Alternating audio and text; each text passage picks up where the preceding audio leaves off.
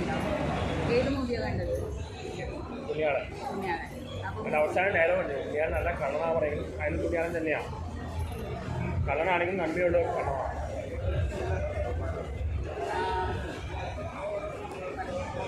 നല്ല മൂവിയാണ്, നല്ല എൻ്റർടൈനറാണ്. ഒരു ദിവസം കൊണ്ട് ലാഗ് തോന്നിയില്ല. എഡിറ്റിങ് നന്നായിട്ട് ചെയ്തിട്ടുണ്ട്. നല്ല ഡയറക്ഷൻ, സ്ക്രിപ്റ്റും എല്ലാം നല്ലതാണ്.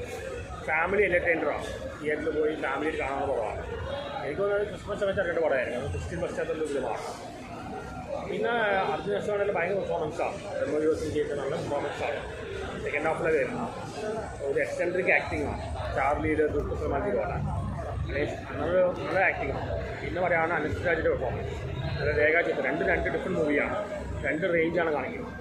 അവർ ഭാവിയിൽ മഞ്ജു വാര്യർ തീർച്ചയായും നാച്ചുറൽ ആക്ടിങ്ങാണ്. വളരെ കഴിവുള്ള ആക്ട്രസ്സാണ്. പിന്നെ പ്രേമത്തിൽ വന്നപ്പോൾ അനുഷ്ഠ ഡൗൺ ആയതാണ്. നമുക്ക് കേട് വന്നത് അനുഷ്ഠ തിരിച്ച് വന്നിരിക്കും.